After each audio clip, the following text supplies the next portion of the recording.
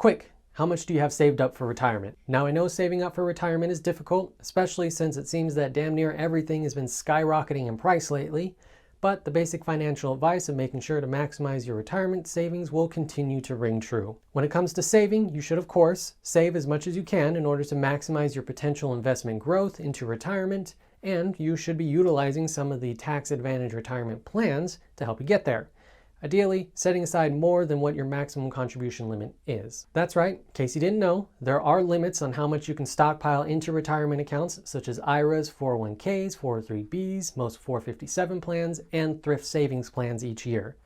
Additionally, there are even income limits that dictate when you can even contribute to an IRA in the first place. The good news is the IRS released the contribution limit figures for 2024 alongside the gift and estate tax numbers, which we talked about last week, and the numbers are looking good.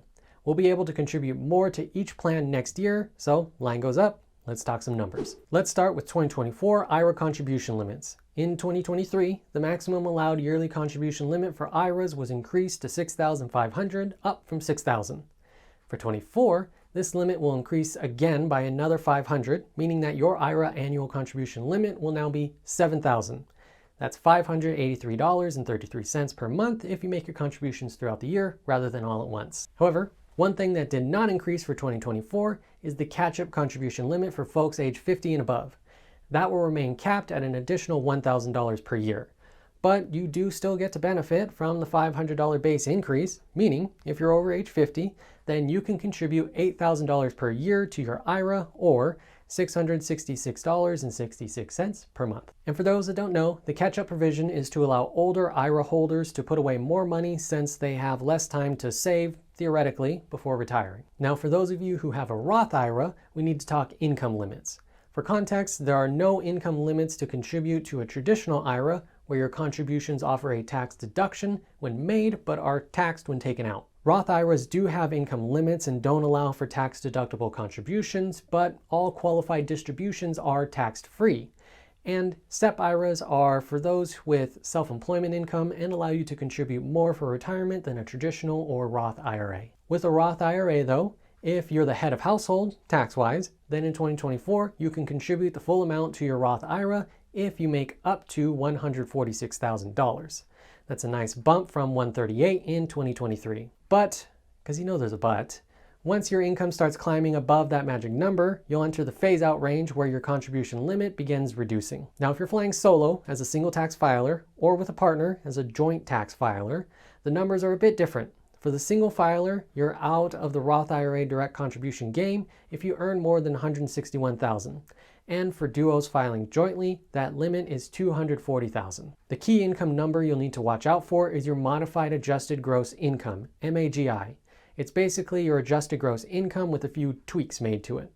Once you know that number, you can determine your Roth IRA contribution potential. Calculating your MAGI is more detailed than what this video calls for and really something for your accountant or financial planner to go over with you, but in essence, you start with your AGI, your adjusted gross income. Your AGI is your total income minus specific deductions like student loan interest or contributions to a traditional IRA.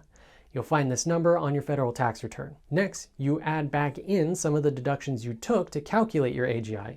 This includes things like non-taxable Social Security benefits, tax-exempt interests like the interest from certain municipal bonds, deductions for contributions to a traditional IRA if you took them, and exclusions from income based on the circumstances. And voila, you have your MAGI, which will tell you whether you can contribute and how much you can contribute to a Roth IRA. Take a look at the chart popping up on your screen.